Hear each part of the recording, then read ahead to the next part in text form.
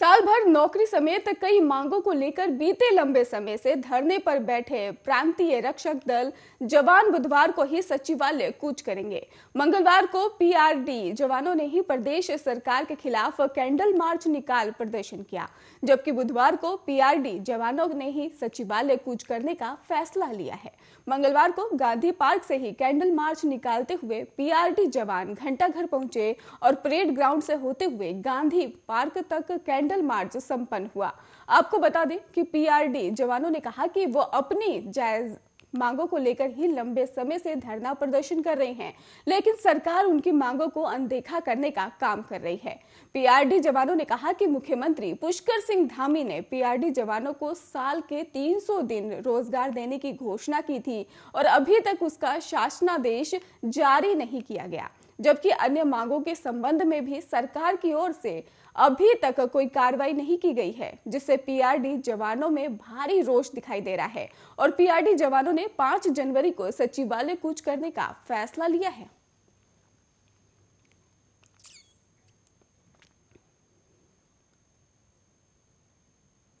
पश्चिमी विक्षोभ की सक्रियता के चलते ही राजधानी दून और आसपास के इलाकों के साथ ही पूरे उत्तराखंड में मौसम का मिजाज अचानक बदल गया है।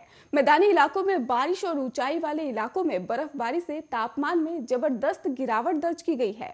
वहीं बुधवार को देहरादून में सुबह से बादल छाए रहे और वहीं चारधाम में मौजूद ऊंची चोटियों पर बर्फबारी हुई। उत्तरकाशी जनपद में मौसम खराब है और यमुनोत्री धाम और आसपास की चोटियों पर भी बर्फबारी हुई है।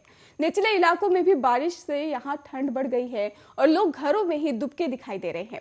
बद्रीनाथ धाम में भी मंगलवार रात को बर्फबारी हुई। फिलहाल चमोली जनपद में भी मौसम खराब बना हुआ है। आसपास में भी घने बादल छाए हुए हैं। यहां मंगलवार देर रात से बुधवार सुबह तक बारिश और बर्फबारी हुई है। ऊंचाई वाले क्षेत्रों में बर्फबारी जारी है और बर्फबारी के कारण ही ऋषिकेश गंगोत्री हाईवे उत्तरकाशी से सुक्की टॉप के आगे बंद हो गया है।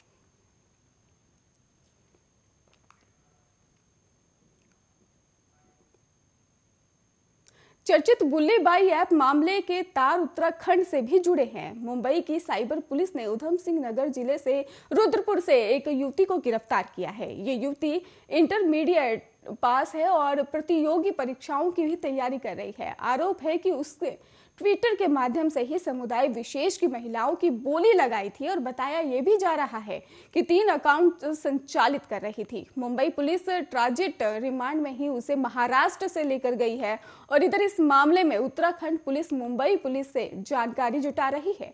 बताया जा रहा है कि बुल्ली बाई ऐप पर समुदाय विशेष की 100 से ज्यादा महिलाओं के फोटो अपलोड किए गए हैं।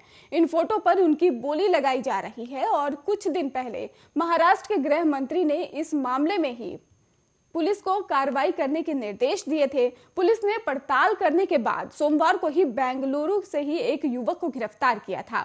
आपको बता दें कि इंजीनियरिंग का ये छात्र विशाल ही खालसा सुपरमिस्ट नाम का अकाउंट चला रहा था और सब कुछ पंजाबी में लिखा हुआ था। कुछ दिन बाद उसने अपने अकाउंट का नाम भी बदल दिया था।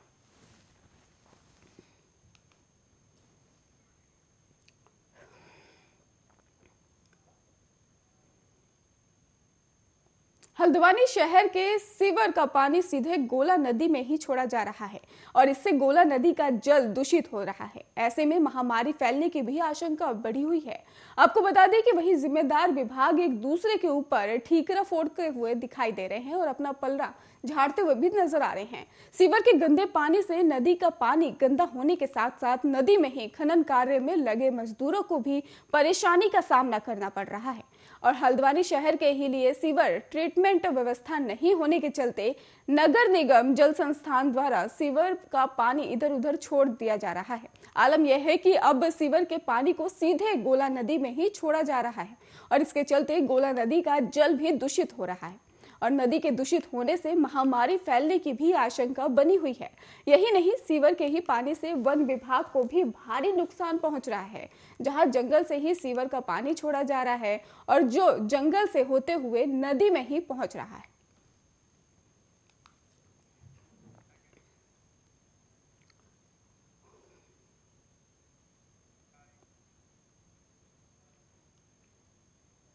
ये साल